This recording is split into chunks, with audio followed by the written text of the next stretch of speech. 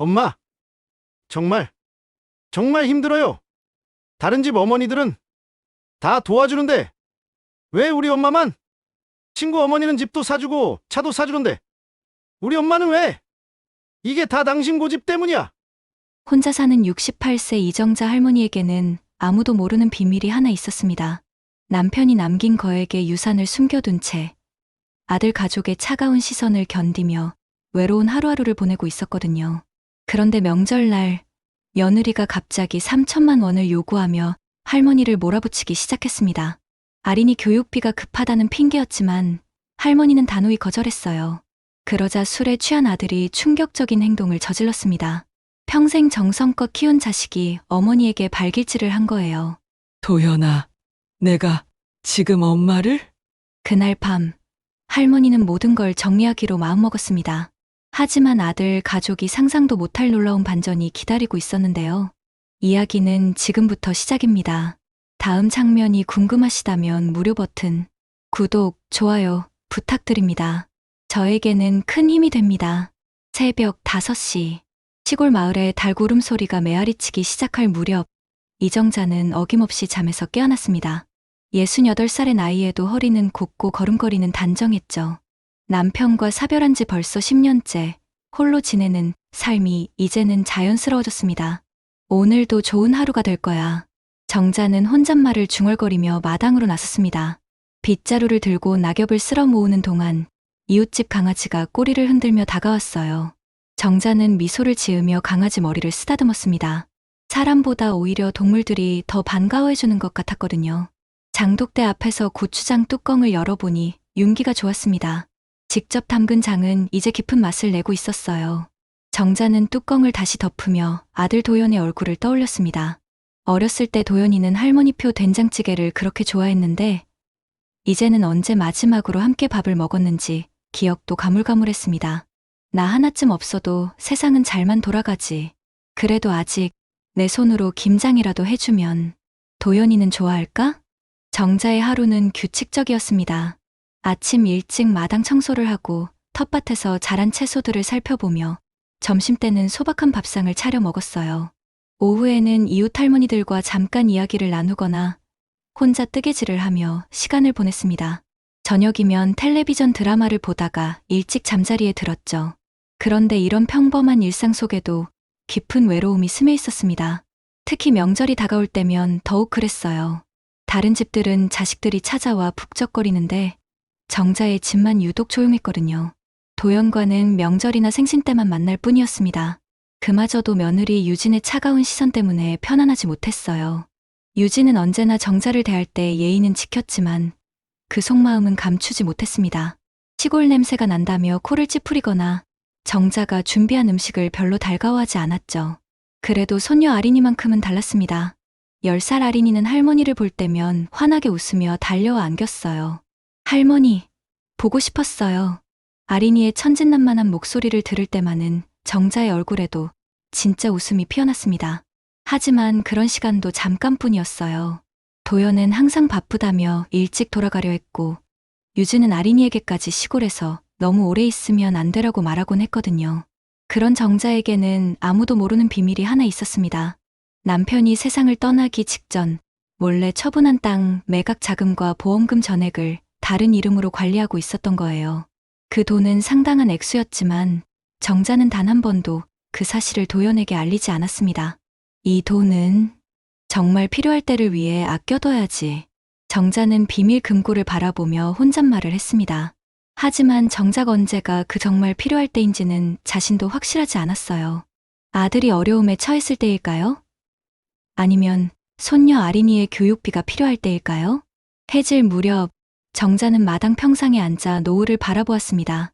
붉게 물든 하늘이 참 아름다웠지만 그 아름다움을 함께 나눌 사람이 없다는 사실이 더욱 쓸쓸하게 느껴졌어요. 휴대폰이 울렸습니다. 도연에게서 온 문자였어요. 어머니, 안녕하세요. 요즘 날씨가 추워졌는데 감기 조심하세요. 바빠서 자주 연락 못 드려 죄송합니다. 정자는 문자를 읽고 또 읽었습니다. 겨우 몇 줄의 문자였지만 아들이 자신을 생각해준다는 것만으로도 마음이 따뜻해졌어요. 하지만 동시에 더 큰 그리움이 밀려왔습니다. 괜찮다고 답장해야지. 정자는 서툰 손가락으로 휴대폰을 누르며 답장을 보냈습니다. 도연아, 어머니는 잘 있으니 걱정 마라. 너도 몸 조심하고 아린이한테 할머니가 보고 싶다고 전해줘. 밤이 깊어갈수록 정자의 마음 한편에 자리한 외로움은 더욱 짙어졌습니다. 텔레비전에서는 가족들이 함께 웃고 떠드는 드라마가 방송되고 있었지만 정자에게는 오히려 더 서글프게 느껴질 뿐이었어요. 잠자리에 들기 전 정자는 남편의 사진 앞에서 잠시 멈춰섰습니다. 여보, 우리 도연이 잘 클 거라고 했잖아요. 그런데 왜 이렇게 멀어진 것 같을까요? 사진 속 남편은 여전히 따뜻한 미소를 짓고 있었지만 대답해 줄 수는 없었습니다. 정자는 깊은 한숨을 내쉬며 방으로 들어갔어요. 내일도 똑같은 하루가 기다리고 있겠지만 그래도 살아가야 했습니다. 혹시 모르잖아요. 도연이가 불쑥 찾아와 어머니 보고 싶었어요라고 말할지도 모르니까요. 그런 희망 하나만으로도 정자는 또 하루를 버텨낼 수 있었습니다. 추석을 일주일 앞둔 토요일 오후, 정자는 부엌에서 밤을 까고 있었습니다. 올해도 어김없이 송편을 빚어 아들네 가족을 맞이할 준비를 하고 있었어요. 손끝에 벤 솜씨로 하나씩 정성스럽게 까는 밤을 보며 정자는 어린 도연이가 송편소를 몰래 집어먹던 모습을 떠올렸습니다. 그때는 정말 귀여웠는데 혼잣말을 하던 정자의 귀에 자동차 소리가 들렸습니다. 마당으로 나가보니 도연의 차가 들어서고 있었어요. 정자의 얼굴에 환한 미소가 번졌습니다. 어머니! 차에서 내린 아린이가 가장 먼저 달려왔습니다. 정자는 아린이를 꼭 안으며 머리를 쓰다듬었어요. 우리 아린이 많이 컸네. 할머니 보고 싶었지? 네. 할머니가 만든 송편 먹으러 왔어요. 뒤이어 도연과 유진이 차에서 내렸습니다. 도연은 멋쩍게 웃으며 어머니에게 다가왔고 유진은 형식적으로 인사를 건넸어요. 어머니, 안녕하세요. 유진의 목소리에는 여전히 따뜻함이 없었습니다. 정자는 그래도 반갑게 맞이했어요. 그래, 잘 왔다. 어서 들어와서 쉬어라. 정자는 미리 준비해둔 상을 식탁에 차렸습니다. 직접 담근 김치와 장아찌, 정성스럽게 우린 된장찌개까지 정자 나름대로는 최고의 음식들이었어요. 하지만 유진의 반응은 차가웠습니다.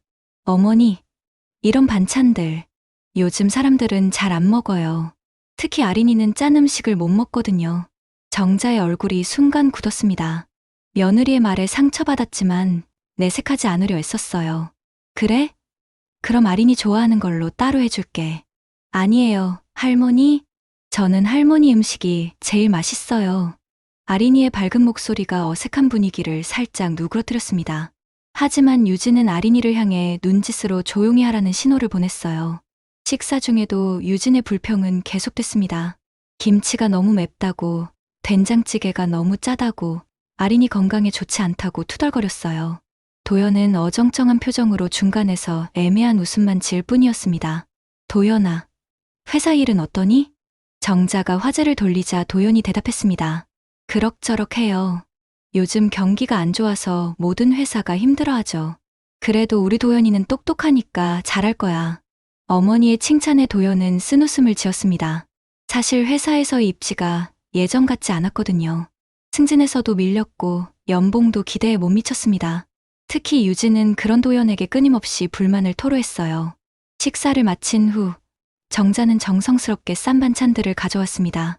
김치통과 장아찌, 그리고 막 우린 된장까지 넉넉하게 준비했어요. 이거 가져가서 먹어라. 특히 된장은 오래 담근 거라 맛이 좋을 거야. 하지만 유진은 못마땅한 표정을 감추지 못했습니다. 어머니, 솔직히 말씀드리면 이런 거 요즘 누가 먹어요? 시중에 파는 게 더 깔끔하고 위생적이에요. 정자의 얼굴이 화끈거렸습니다. 며느리의 말이 날이 서 있었거든요. 그래도 정성으로 만든 건데, 정성이야 고맙지만 시대가 바뀌었잖아요. 이제 우리도 좀 편하게 살면 안 될까요? 유진의 말에는 다른 속뜻이 담겨 있었습니다. 정자가 만든 음식들이 촌스럽고 불편하다는 뜻이었어요. 도연은 여전히 애매한 웃음으로 상황을 모면하려 했지만 정자는 점점 서운함이 커져갔습니다. 잠시 후 유진이 조심스럽게 본격적인 이야기를 꺼냈습니다. 어머니, 사실 오늘 말씀드릴 게 있어서 왔어요. 무슨 말인데? 아린이 학교 때문인데요. 지금 살고 있는 곳이 학군이 별로라서 좀 더 좋은 곳으로 이사를 하려고 해요. 정자는 고개를 끄덕였습니다. 손녀의 교육은 중요한 문제니까요. 그런데 전세금이 좀 부족해서요. 어머니께서 조금만 도와주실 수 있을까요? 정자의 표정이 굳어졌습니다. 결국 돈 이야기였던 거죠. 유진은 계속해서 설명했어요.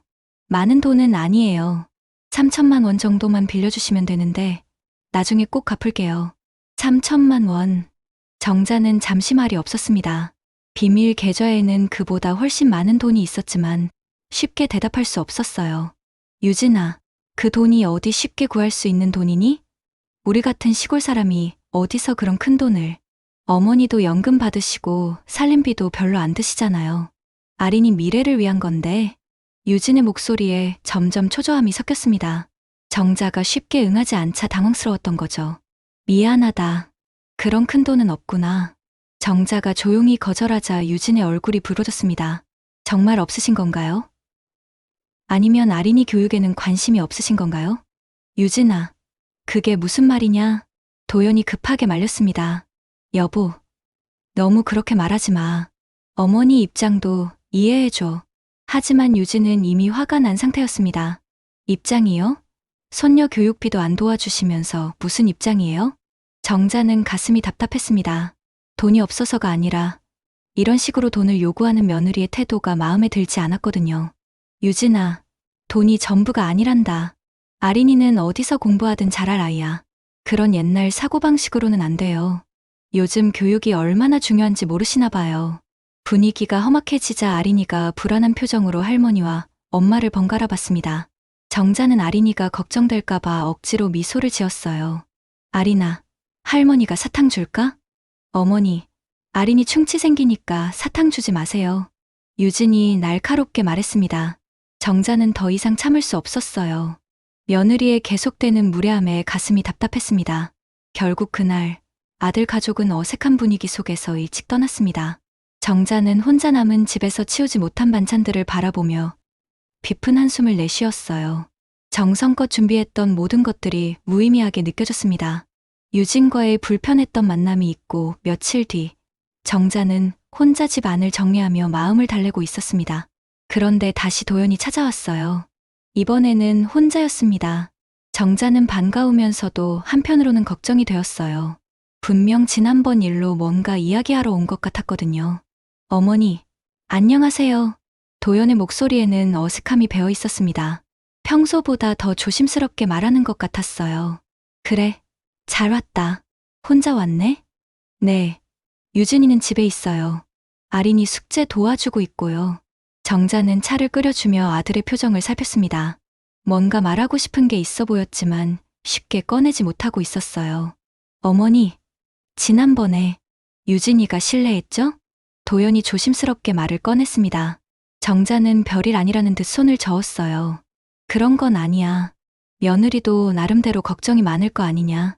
하지만 도연은 진짜 하고 싶은 말이 따로 있었습니다. 한참을 망설이다가 결국 입을 열었어요. 어머니, 솔직히 말씀드리면 요즘 정말 힘들어요. 도연의 목소리에 절망감이 묻어났습니다. 정자는 찻잔을 내려놓고 아들을 바라봤어요. 무슨 일인데? 회사에서 무슨 일이라도 있었니? 회사도 그렇고 집안 사정도 그렇고 모든 게 꼬여가고 있어요. 도연은 그동안 쌓였던 속내를 털어놓기 시작했습니다. 회사에서는 승진해서 밀려났고 연봉 인상도 기대에 못 미쳤어요. 거기다 유진은 계속해서 다른 집과 비교하며 불만을 토로했습니다. 다른 집 남편들은 다 잘 나가는데 왜 우리만 이 모양이냐고 매일 타박해요. 정자는 안쓰러운 마음으로 아들을 바라봤습니다. 도연아, 힘든 시기는 누구에게나 있는 법이야. 너무 조급해하지 마라. 하지만 도연의 고민은 거기서 끝이 아니었습니다. 어머니, 엄마가 많이 힘들어해. 솔직히 엄마가 좀 도와주시면 안 돼? 정자의 표정이 굳어졌습니다. 결국은 돈 이야기로 돌아온 거였어요. 도연아, 내가 돈 때문에 엄마를 찾는 날이 올 줄은 몰랐구나. 어머니의 차가운 반응에 도연은 당황했습니다. 그게 아니라 정말 급한 상황이에요. 아린이 교육 때문에. 정자는 깊은 한숨을 내쉬었습니다. 비밀 계좌에 있는 돈을 생각하면 도와줄 수 있었지만 이런 식으로 요구받는 것이 마음에 들지 않았어요. 도연아, 돈이 그렇게 중요하니? 가족보다 더? 어머니, 왜 그렇게 말씀하세요? 가족이니까 도와달라는 거잖아요. 도연의 목소리에 짜증이 섞이기 시작했습니다. 어머니가 이해해주지 않는다는 생각에 답답했던 거죠. 며칠 뒤 상황은 더욱 악화되었습니다. 유진이 직접 정자에게 전화를 걸었어요. 어머니, 저예요. 시간 좀 내주실 수 있나요? 유진은 아린이를 핑계로 더욱 구체적으로 압박했습니다. 아린이가 요즘 학교에서 위축되어 있어요. 다른 아이들은 다 학원을 다니는데 아린이만 못 가고 있거든요. 정자는 손녀가 걱정되기는 했지만 유진의 접근 방식이 마음에 들지 않았습니다. 학원이 전부는 아니잖니. 아린이는 똑똑한 아이야. 어머니, 그런 식으로 생각하시면 안 돼요. 요즘 세상이 얼마나 경쟁이 치열한지 아세요? 유진의 목소리는 점점 날카로워졌습니다. 좋은 학군으로 이사가는 것도 아린이를 위한 거예요. 할머니라면 손녀 미래를 위해 투자해 주셔야 하는 거 아닌가요? 정자는 더 이상 참을 수 없었습니다. 유진아, 내가 아린이를 사랑하지 않는다고 생각하니? 그런 게 아니라, 그럼 돈으로만 사랑을 증명하라는 거니? 그게 무슨 말이냐? 전화 통화는 험악하게 끝났습니다. 정자는 수화기를 내려놓고 한참을 멍하니 앉아 있었어요. 그로부터 며칠 후 도연이 다시 찾아왔습니다. 이번에는 표정이 많이 굳어 있었어요. 어머니, 마지막으로 부탁드릴게요. 도연의 목소리에는 절박함이 가득했습니다. 정말 급해요. 전세 계약 만료일이 얼마 안 남았거든요. 정자는 아들의 모습을 보며 마음이 아팠습니다. 하지만 동시에 실망감도 컸어요. 도연아, 내가 언제부터 이렇게 됐니? 어릴 때는 그렇지 않았는데. 어머니, 지금이 어릴 때인가요? 현실을 봐야죠. 도연의 목소리가 높아졌습니다. 어머니가 자신의 절박한 상황을 이해해주지 않는다는 생각에 화가 났던 거예요. 현실? 내가 말하는 현실이 돈뿐이니? 정자의 목소리도 단호해졌습니다. 그 집에 나 없는 게 낫다 싶으면 내 이름 석자 다시는 부르지 말거라. 어머니의 냉정한 말에 도연은 할 말을 잃었습니다. 그 순간 모자 사이에는 깊은 침묵이 흘렀어요. 정말 그렇게 나오시는 거예요? 도연의 목소리에는 원망이 섞여 있었습니다. 나는 당신 아들이잖아요. 어려울 때 도와주는 게 부모 아닌가요? 정자는 아들의 변한 모습에 가슴이 아팠습니다. 언제부터 이렇게 돈 때문에 어머니를 원망하게 된 걸까요? 도연아, 내가 정말 필요할 때는 엄마가 도와줄 거야. 하지만 지금은 아니구나. 왜요? 지금이 정말 필요할 때가 아니라는 거예요? 도연은 이해할 수 없다는 표정으로 어머니를 바라봤습니다. 정자는 더 이상 설명하고 싶지 않았어요. 그날 도연은 화가 난 채로 집을 나섰습니다. 정자는 혼자 남은 집에서 깊은 상실감에 빠졌어요. 아들과의 관계가 이렇게까지 틀어질 줄은 몰랐거든요. 도연과의 갈등이 있은 지 일주일이 지났습니다. 정자는 마음을 정리하려 애썼지만 쉽지 않았어요. 아들과의 관계가 이렇게까지 악화될 줄은 몰랐거든요. 그런데 토요일 저녁 예상치 못하게 도연의 가족이 다시 찾아왔습니다. 차에서 내린 도연의 얼굴은 술에 취해 있었고 유진의 표정은 평소보다 더욱 차가웠어요. 아린이만이 할머니를 보고 반갑게 뛰어왔습니다. 할머니, 아린이의 밝은 목소리에 정자는 억지로 미소를 지었습니다. 하지만 분위기가 심상치 않다는 것을 느낄 수 있었어요. 그래, 우리 아린이, 할머니 보고 싶었지? 네. 할머니, 오늘 여기서 자도 돼요? 아린이의 천진난만한 질문에 정자는 당연하다며 대답했지만 유진이 즉시 개입했습니다. 아린아, 오늘은 집에 가야 해. 내일 학원 있잖아. 유진의 목소리는 평소보다 더 냉정했습니다. 정자는 아린이가 실망할까봐 안쓰러웠어요. 이렇게 늦은 시간에 웬일이니? 정자가 조심스럽게 물었지만 도연은 제대로 대답하지 못했습니다. 술 냄새가 심하게 났거든요. 어머니, 들어가서 이야기해요. 유진이 먼저 집 안으로 들어갔습니다. 정자는 불안한 마음으로 뒤따라 들어갔어요. 거실에 앉은 유진의 얼굴은 단단히 굳어 있었습니다. 도연은 소파에 비스듬히 기대어 앉았고 아린이는 할머니 옆에 바짝 붙어 앉았어요. 어머니, 저희가 왜 왔는지 아시죠? 유진이 직설적으로 말을 꺼냈습니다. 정자는 침묵으로 대답을 대신했어요. 전세 계약이 이번 주에 만료돼요. 더 이상 미룰 수가 없어요. 유진의 목소리에는 다급함과 함께 원망이 섞여 있었습니다. 어머니께서 도와주시지 않으면 정말 큰일 나요. 아린이가 학교도 못 다니게 될 수도 있어요. 정자는 손녀를 바라보며 마음이 아팠습니다. 하지만 이런 식으로 압박받는 것은 받아들일 수 없었어요. 유진아, 그런 일은 없을 거야. 도연이가 알아서 해결할 거고. 알아서 해결해요? 어떡해요? 유진의 목소리가 날카로워졌습니다. 도연이 회사에서 밀려나고 있는 거 모르세요? 연봉도 제자리 걸음이고 이번 달에는 성과급도 못 받았어요. 정자는 처음 듣는 이야기에 놀랐습니다. 도연이 그렇게 어려운 상황인지 몰랐거든요. 그렇다고 해서 뭐요? 친어머니가 아들 어려울 때 외면하는 게 맞나요? 유진의 공격적인 말투에 정자는 당황했습니다. 그때 도연이 비틀거리며 일어났어요. 엄마, 정말 힘들어요. 도연의 목소리는 술에 취해 흐릿했지만 절망감이 고스란히 드러났습니다.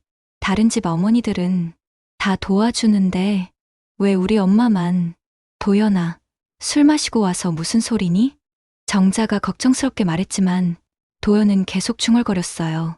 친구 어머니는 집도 사주고 차도 사주던데 우리 엄마는 왜? 정자는 가슴이 답답했습니다. 아들이 이렇게까지 원망하고 있다는 사실이 충격적이었어요. 도연아, 집에 가서 술 깨고 얘기하자. 아니요. 오늘 끝내야 해요. 유진이 강하게 말했습니다. 어머니, 정말 마지막이에요. 3천만 원만 빌려주세요. 정말 갚을게요. 정자는 잠시 침묵했습니다. 사실 그 돈은 충분히 있었지만 이런 식으로는 주고 싶지 않았어요. 유진아, 돈이 있고 없고의 문제가 아니야. 있으시잖아요. 분명히 있으실 거예요. 유진이 소리를 질렀습니다. 아린이가 깜짝 놀라며 할머니에게 더 바짝 붙었어요. 예의라는 게 있으면 이 집 들어올 땐 인사라도 해라. 정자가 참다 못해 말했습니다.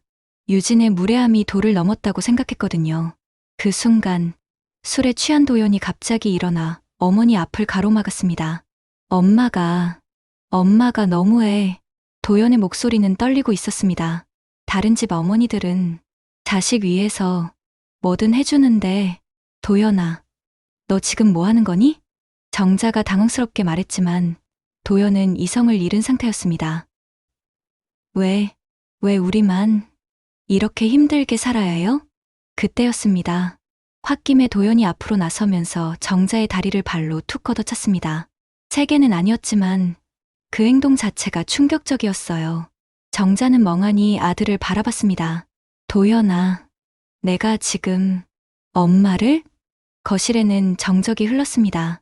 아린이는 무서워서 울기 시작했고 유진도 당황한 듯 도연을 말렸어요. 여보, 뭐 하는 거야? 정신 차려.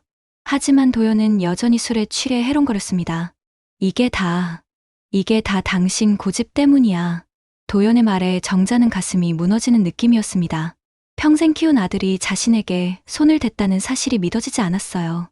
정자는 아무 말 없이 일어나 방으로 향했습니다. 뒤에서 유진이 도연을 나무라는 소리가 들렸지만 이미 정자의 마음은 결정된 상태였어요. 방문을 닫고 혼자 남은 정자는 남편의 사진을 바라봤습니다. 여보, 우리 도연이가 이렇게 변했어요. 정자의 눈에서 눈물이 흘러내렸습니다. 아들과의 마지막 끈이 끊어진 것 같았어요. 밖에서는 여전히 시끄러운 소리가 들렸지만 정자는 더 이상 신경 쓰지 않았습니다. 그날 밤, 정자는 아들과의 인연을 끊기로 마음먹었어요. 새벽녘, 집은 다시 조용해졌습니다.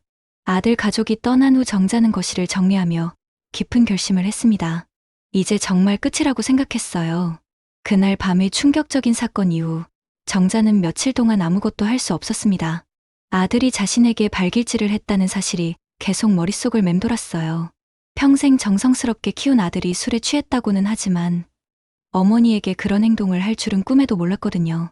나는 정말 이 집에 필요 없는 사람인가? 정자는 혼자 중얼거리며 빈 집을 바라봤습니다. 그동안 아들 가족을 위해 정성스럽게 준비했던 모든 것들이 무의미하게 느껴졌어요. 사흘째 되는 새벽, 정자는 더 이상 망설이지 않기로 했습니다. 평소보다 더 일찍 일어나 마당을 쓸고 나서 집 안 깊숙한 곳에 숨겨둔 비밀 금고를 열었어요. 금고 안에는 남편이 돌아가시기 전에 몰래 정리해둔 서류들이 들어있었습니다. 땅 매각 증서, 보험금 관련 서류, 그리고 박 회장 명의로 된 예금 통장까지. 정자는 그 서류들을 하나씩 꺼내며 깊은 한숨을 내쉬었어요. 여보, 당신이 마지막에 이렇게 해놓으신 이유를 이제야 알 것 같아요. 남편은 생전에 정자에게 말했었습니다. 이 돈은 정말 어려울 때를 위해 남겨둔 것이니 함부로 쓰지 말라고. 그때는 무슨 의미인지 몰랐는데 이제는 알 것 같았어요. 정자는 서류를 정리하며 마음을 굳혔습니다. 아들이 원하는 돈은 줄 수 없지만 이 돈을 더 의미 있는 곳에 사용하기로 결심했어요. 그날 오후 정자는 오랜만에 마을을 나섰습니다. 목적지는 박 회장의 사무실이었어요. 박 회장은 정자의 오랜 지인으로 젊은 시절 정자의 도움을 받아 사업에 성공한 인물이었습니다. 선생님, 오랜만입니다. 박 회장은 정자를 보고 반갑게 맞이했습니다. 70대 후반의 나이에도 정정한 모습이었어요. 박 회장님, 오늘 부탁드릴 일이 있어서 왔어요. 정자의 진지한 표정을 본 박 회장은 의자를 권하며 자세를 바로 했습니다. 무슨 일이신지 말씀해 보세요. 정자는 가져온 서류를 박 회장 앞에 놓았습니다. 박 회장은 서류를 보고 깜짝 놀랐어요. 선생님, 이게 전부요? 이 많은 돈을. 네, 모두 처분하려고 해요. 박 회장은 믿을 수 없다는 표정으로 정자를 바라봤습니다. 상당한 액수의 재산이었거든요. 왜 갑자기 이런 결정을 내리신 건가요? 혹시 어디 아프신 곳이라도? 아니에요. 그냥 이 돈이 더 필요한 곳에 쓰였으면 해서요. 정자는 차분하게 자신의 뜻을 설명했습니다. 이 돈으로 어려운 어르신들을 위한 복지센터를 만들고 싶어요.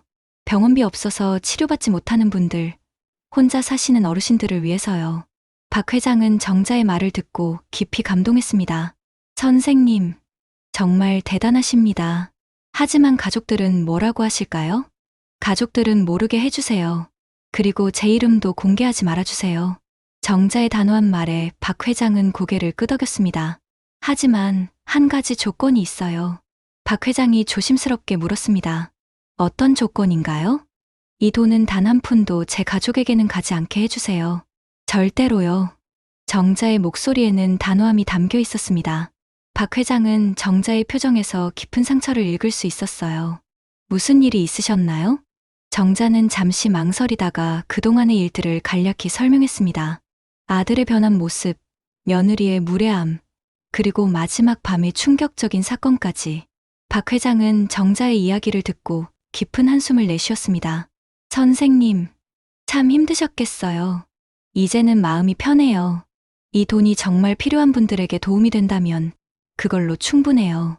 정자의 얼굴에는 오히려 평온함이 깃들어 있었습니다. 그날부터 정자는 재산 정리 작업에 들어갔습니다. 모든 서류를 박 회장에게 맡기고 법적 절차도 밟았어요. 과정이 복잡했지만 정자는 흔들리지 않았습니다. 며칠 후 정자는 집 정리도 시작했습니다. 오랫동안 모아두었던 물건들을 하나씩 정리하며 새로운 삶을 준비했어요. 더 이상 이 집에 머물 이유가 없다고 생각했거든요. 정자는 아린이를 위해 손뜨개 목도리를 하나 만들었습니다. 마지막 선물이라고 생각하면서 정성스럽게 떴어요. 아린이만큼은 할머니를 진심으로 사랑해줬으니까요. 목도리를 다 뜨고 나서 정자는 아린이에게 편지도 썼습니다. 우리 아린아, 할머니는 아린이를 정말 많이 사랑한단다. 아린이만은 할머니의 마음을 알아줘서 고마웠어.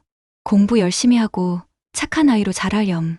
할머니는 언제나 아린이를 응원할 거야. 편지를 쓰고 나니 마음이 한결 가벼워졌습니다. 이제 정말 떠날 준비가 다 된 것 같았어요.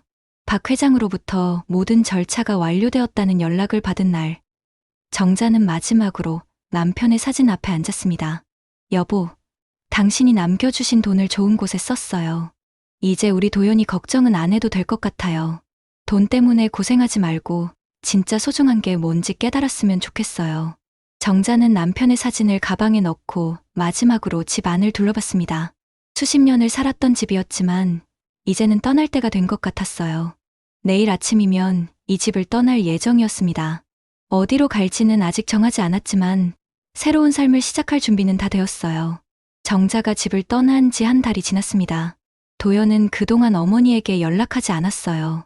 그날 밤일이 부끄럽기도 했고 어머니가 화가 나서 연락을 안 받을 거라고 생각했거든요. 하지만 마음 한편으로는 계속 신경이 쓰였습니다. 회사에서도 상황은 나아지지 않았어요. 오히려 더 악화되고 있었습니다. 도연이 맡던 프로젝트에서 실수가 발생했고 상사로부터 심한 질책을 받았어요. 김 부장, 요즘 집중력이 떨어진 것 같은데 괜찮나? 상사의 따가운 시선을 받으며 도연은 고개를 숙였습니다. 집안 문제 때문에 일에 집중하기 어려웠거든요. 죄송합니다. 앞으로 더 신경 쓰겠습니다. 하지만 약속과 달리 도연의 실수는 계속됐습니다. 결국 중요한 계약에서 제외되었고 이번 달 선거급도 받지 못했어요. 집에 돌아온 도연의 표정을 본 유진은 또다시 불평을 터뜨렸습니다. 이게 뭐예요? 선거급도 못 받고. 유진이 급여 명세서를 보며 한숨을 내쉬었습니다. 다른 집 남편들은 다 승진하고 연봉도 올리는데 당신만 제자리 걸음이네요. 도연은 할 말이 없었습니다. 모든 게 꼬여가고 있었거든요. 그런데 며칠 후 도연에게 예상치 못한 소식이 들려왔습니다. 은행에서 전화가 온 거예요. 김도연님, 어머님 계좌 관련해서 확인할 게 있어서 연락드렸는데요. 무슨 일인가요? 도연은 궁금해하며 물었습니다. 어머님께서 예금을 모두 해지하고 가셨는데 혹시 이사라도 하신 건가요? 도연은 깜짝 놀랐습니다. 어머니가 예금을 해지했다는 게 무슨 의미인지 모르겠었어요. 언제 일인가요? 한 달 전쯤이었습니다. 상당한 금액이었는데 모두 다른 곳으로 이체하셨어요. 도연은 전화를 끊고 당황했습니다. 어머니가 예금을 해지했다는 것도 놀라웠지만 상당한 금액이라는 말이 더욱 충격적이었어요. 그날 저녁 도연은 유진에게 이 사실을 알렸습니다. 어머니가 예금을 해지했대. 뭐라고요? 얼마나 많았는데요? 은행에서는 구체적으로 말 안 해줬는데 상당한 금액이라고 하더라고. 유진의 얼굴이 창백해졌습니다. 그럼 어머니한테 돈이 있었던 거잖아요. 그런데 왜 우리는 안 도와주신 거예요? 도연도 이해할 수 없었습니다. 어머니가 돈이 있었다면 왜 그렇게 매정하게 거절했을까요? 주말에 도연은 어머니 집으로 향했습니다. 오랜만에 찾은 집은 이상하게 조용했어요. 대문을 열고 들어가니 마당에는 낙엽이 수북이 쌓여 있었습니다. 어머니, 어머니! 도연이 큰 소리로 불렀지만 대답이 없었습니다. 집 안으로 들어가니 모든 방이 텅 비어 있었어요. 어머니가 어디 가신 거지? 도연은 당황스러워하며 집 안을 둘러봤습니다. 평소 어머니가 아끼던 물건들도 보이지 않았어요. 분명 이사를 간 것 같았습니다. 이웃집 할머니에게 물어보니 충격적인 사실을 알게 되었습니다. 정자가 한 달 전에 짐을 싸서 떠났다는 거였어요. 어디로 갔는지는 아무도 모른다고 했습니다. 그런데 할머니가 한 말이 더욱 충격적이었어요. 정자가 떠나기 전에 마을 회관에 큰 돈을 기부했다더라고. 어려운 어르신들 위해서 말이야. 도연은 머리가 멍해졌습니다. 어머니가 자신들은 도와주지 않고 남에게는 돈을 기부했다는 사실이 믿어지지 않았어요. 집으로 돌아온 도연이 이 사실을 유진에게 말하자 유진은 분노를 터뜨렸습니다. 말이 돼요? 친아들은 안 도와주고 남은 도와준다고요? 나도 이해가 안 가. 어머니가 왜 그러셨을까? 도연의 목소리에는 혼란과 후회가 섞여 있었습니다. 그때부터 도연은 어머니를 찾기 시작했습니다. 친척들에게도 연락해보고 어머니와 친했던 분들께도 물어봤지만 아무도 어머니의 행방을 알지 못했어요. 며칠 후 도연은 박 회장을 찾아갔습니다. 어머니와 오래 알고 지낸 분이니까 혹시 알고 있을지도 모른다고 생각했거든요. 박 회장님, 저희 어머니 어디 계신지 아세요? 박 회장은 도연을 보며 복잡한 표정을 지었습니다. 자네가 도연이구나. 어머니 말씀을 많이 들었네. 도연은 박 회장의 말투에서 뭔가 이상함을 느꼈습니다. 어머니가 뭐라고 하셨는데요? 박 회장은 잠시 망설이다가 입을 열었습니다. 자네 어머니는 정말 훌륭한 분이야. 자식보다 어려운 이웃을 먼저 생각하시는 분이지. 무슨 말씀이신지 잘 모르겠는데요. 자네 어머니가 전 재산을 어려운 어르신들을 위해 기부하셨어. 그것도 자기 이름도 밝히지 말라고 하시면서 말이야. 도연은 충격을 받았습니다. 어머니가 전 재산을 기부했다는 사실이 믿어지지 않았어요. 전 재산이요? 얼마나 많았던 건가요? 박 회장은 도연을 안쓰럽게 바라보며 말했습니다. 자네가 요청한 돈의 몇십 배는 될 거야. 그런데 한 가지 조건이 있었어. 어떤 조건이요? 절대로 자네 가족에게는 한 푼도 가지 않게 해달라는 거였어. 도연은 말을 잃었습니다. 어머니가 그렇게 많은 돈을 가지고 있었으면서도 자신들에게는 주지 않겠다고 못 박아둔 거였어요. 왜 그러셨을까요? 박 회장은 깊은 한숨을 내쉬었습니다. 자네가 어머니에게 뭘 했는지는 내가 알 바 아니지만 어머니 마음에 깊은 상처를 입혔나 보구나. 도연은 그제야 그날 밤 자신의 행동을 떠올렸습니다. 술에 취해 어머니에게 발길질을 했던 일 말이에요. 집으로 돌아온 도연은 깊은 후회에 빠졌습니다. 내가 왜 그랬을까? 어머니의 행방을 찾지 못한 채 반년이 흘렀습니다. 도연의 삶은 계속 내리막길을 걸었어요. 회사에서는 결국 권고사직을 받았고 유진과의 관계도 극도로 악화되었습니다. 당신 때문에 우리 인생이 이렇게 됐어요. 유진은 매일같이 도연을 탓했습니다. 어머니한테 제대로 못 빌어와서 이런 꼴이 난 거잖아요. 도연은 할 말이 없었습니다. 모든 것이 자신 탓인 것 같았거든요. 그런 어느 날 도연은 신문에서 작은 기사를 발견했습니다. 지방 소도시에 새로운 노인복지센터가 개관한다는 내용이었어요. 익명의 기부자 이정자님의 뜻에 따라 설립된 이 센터는 도연은 기사를 읽고 깜짝 놀랐습니다. 이정자라는 이름이 어머니와 같았거든요. 설마 우리 어머니인가? 도연은 곧바로 그 도시로 향했습니다. 혹시라도 어머니를 만날 수 있을지도 모른다는 희망을 품고서요. 개관식 당일 도연은 복지센터 앞에 서 있었습니다. 많은 사람들이 모여 있었고 감사패를 받을 기부자를 기다리고 있었어요. 이제 익명의 기부자이신 이정자님을 모시겠습니다. 사회자의 안내에 따라 무대 뒤에서 한 분이 나오셨습니다. 도연은 그 모습을 보고 가슴이 뛰었어요. 바로 어머니였거든요. 어머니? 도연은 소리치고 싶었지만 참았습니다. 어머니의 모습이 많이 달라져 있었어요. 옷차림도 단정했고 표정도 평온해 보였습니다. 정자는 무대에 올라 간단한 인사를 했습니다. 어려운 이웃들에게 조금이나마 도움이 되었으면 하는 마음으로 작은 정성을 보탰습니다. 이 센터가 많은 어르신들께 따뜻한 쉼터가 되기를 바랍니다. 정자의 차분한 목소리를 들으며 도연은 눈물이 날 것 같았습니다. 어머니가 이렇게 대단한 일을 하고 계신 줄 몰랐거든요. 행사가 끝난 후 도연은 어머니를 기다렸습니다. 정자가 무대에서 내려오는 것을 보고 급하게 다가갔어요. 어머니? 정자는 도연을 보고 잠시 놀란 표정을 지었습니다. 하지만 곧 평온한 얼굴로 돌아왔어요. 도연아, 어머니, 어디 계셨어요? 얼마나 찾았는지 몰라요. 도연의 목소리에는 그리움과 후회가 가득했습니다. 찾을 필요 없었는데. 정자의 목소리는 차가웠습니다. 도연은 어머니의 달라진 태도에 당황했어요. 어머니, 저 정말 후회하고 있어요. 그날 일. 정자는 도연의 말을 막았습니다. 이미 지난 일이야. 나는 이제 새로운 삶을 살고 있어. 어머니, 제발 한 번만 기회를 주세요. 정말 잘못했어요. 도연은 간절하게 매달렸지만 정자는 고개를 저었습니다. 도연아, 이제 그만하자. 우리는 각자의 길을 가는 게 좋겠어. 정자는 그 말을 마지막으로 돌아서 걸어갔습니다. 도연은 뒤따라가려 했지만 정자는 뒤돌아보지도 않았어요. 도연이 멍하니 서 있는데 복지센터 직원이 다가왔습니다. 혹시 이정자님의 아드님이신가요? 네. 그런데요? 어머님께서 이걸 전해달라고 하셨어요. 직원이 건넨 것은 봉투 하나였습니다. 도연은 떨리는 손으로 봉투를 열었어요. 아들아, 내가 가진 마지막 사랑은 나보다 더 필요한 이들에게 나눠주기로 했다. 내가 원했던 돈은 이제 진짜 도움이 필요한 어르신들을 위해 쓰이고 있어. 내 발길보다 더 아팠던 건 내 아들이 더 이상 내 아들이 아니었다는 사실이란다. 돈을 달라고 매달리고 어머니에게 발길질까지 하는 아들을 보며 내 마음도 죽었어. 하지만 아린이만큼은 다르게 키워라. 돈보다 중요한 것이 무엇인지 가르쳐주고 할머니가 왜 그런 선택을 했는지 언젠가는 이해할 수 있도록 해다오. 나는 이제 진짜 필요한 곳에서 남은 인생을 보내고 싶다. 너희에게는 더 이상 필요 없는 사람이니까 건강하게 살 거라. 어머니, 이정자.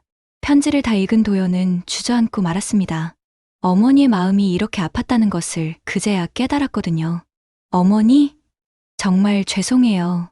도연은 빈 길에서 혼자 울었습니다. 어머니를 다시 만났지만 오히려 더 멀어진 것 같았어요. 그날 밤 집으로 돌아온 도연은 유진에게 모든 사실을 말했습니다. 어머니가 전 재산을 기부했다는 것, 그리고 더 이상 자신들과는 연락하지 않겠다는 뜻을 밝혔다는 것까지요. 유진은 처음에는 화를 냈지만 편지를 읽고 나서는 말이 없었습니다. 당신이 어머니한테 그런 짓을 했다고요? 유진의 목소리에는 충격이 섞여 있었습니다. 미안해. 정말 미안해. 도연은 고개를 떨궜습니다. 모든 것이 자신의 잘못이었다는 것을 인정할 수밖에 없었어요. 그날부터 도연의 마음속에는 깊은 후회가 자리 잡았습니다. 어머니를 다시 만났지만 이미 너무 늦어버린 것 같았거든요. 아린이만이 할머니 이야기를 할 때마다 슬퍼했습니다. 아빠, 할머니는 언제 와요? 보고 싶어요. 아린이의 말을 들을 때마다 도연은 가슴이 찢어지는 것 같았습니다. 자신의 잘못으로 딸에게서 할머니를 빼앗아버린 거였으니까요. 도연은 그날부터 어머니의 편지를 매일 읽었습니다. 읽을 때마다 후회가 더욱 깊어졌지만 그것이 자신이 받아야 할 벌이라고 생각했어요. 어머니가 진짜 필요한 곳에서 새로운 삶을 살고 계신다는 것을 알게 된 도연은 더 이상 찾아가지 않기로 했습니다.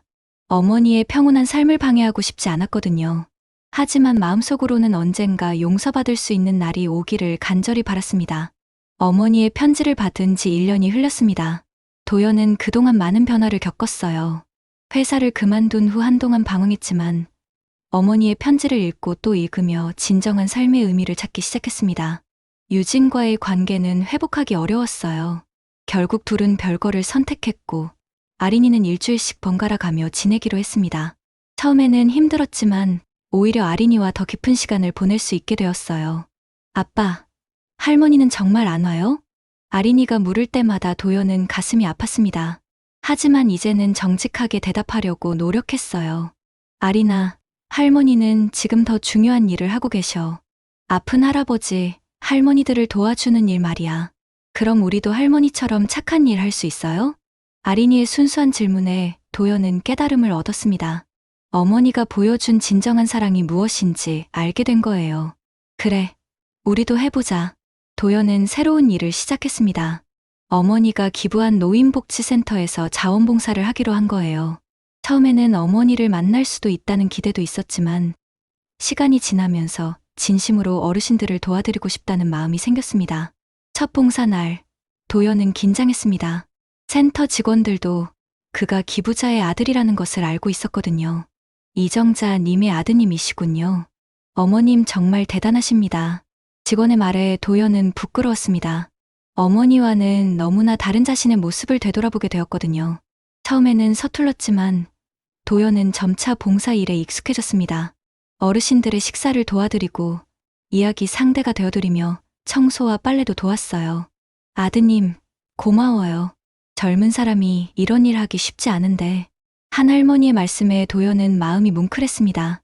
어머니도 이런 기쁨을 느끼셨을까 생각하며 더욱 열심히 일했어요. 몇 달 후, 도연은 센터에서 정식 직원으로 일하게 되었습니다. 급여는 예전 회사의 절반도 안 되었지만 마음은 훨씬 편안했어요. 아린이도 아빠의 변화를 느꼈습니다. 아빠, 요즘 얼굴이 밝아졌어요. 그래? 아빠가 할머니처럼 착한 일을 하고 있거든. 할머니처럼요? 정말요? 아린이의 눈이 반짝였습니다. 할머니를 닮은 아빠를 자랑스러워하는 것 같았어요. 방학이 되자 아린이는 아빠와 함께 센터에 가서 봉사활동을 도왔습니다. 어르신들은 귀여운 아린이를 보며 환하게 웃으셨어요. 할머니, 제가 그림 그려드릴게요. 아린이가 한 할머니에게 그림을 그려드리는 모습을 보며 도연은 뿌듯했습니다. 딸이 할머니의 마음을 닮아가고 있는 것 같았거든요. 어느 날 센터에 새로운 물품들이 도착했습니다. 익명의 후원자가 보낸 것이라고 했어요. 그런데 물품과 함께 작은 편지가 있었습니다. 센터에서 열심히 일하는 분들에게 감사의 마음을 전합니다. 특히 진심으로 어르신들을 돌보는 젊은 아버지와 딸에게 고마움을 표합니다. 도연은 편지를 읽고 가슴이 뛰었습니다. 혹시 어머니가 보낸 것은 아닐까 싶었거든요. 하지만 확실하지는 않았어요. 그로부터 며칠 후 또 다른 놀라운 일이 일어났습니다. 센터 한쪽 벽에 새로운 액자가 걸린 거예요. 사랑은 남기는 것이 아니라 흘려보내는 것이다, 이정자. 글귀를 본 도연은 눈물이 났습니다. 어머니의 철학이 담긴 문구였거든요. 어머니가 여전히 이곳을 지켜보고 계신다는 느낌이 들었어요. 아린이도 그 글귀를 보며 고개를 끄덕였습니다. 할머니 말씀이 맞아요. 사랑은 주는 거예요. 아린이의 말에 도연은 더욱 감동했습니다. 어린 딸이 할머니의 가르침을 이해하고 있었던 거예요.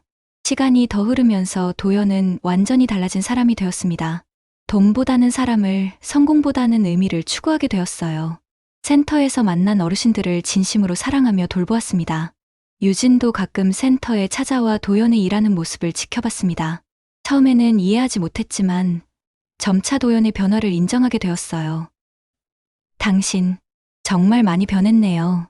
유진의 목소리에는 예전의 차가움이 없었습니다.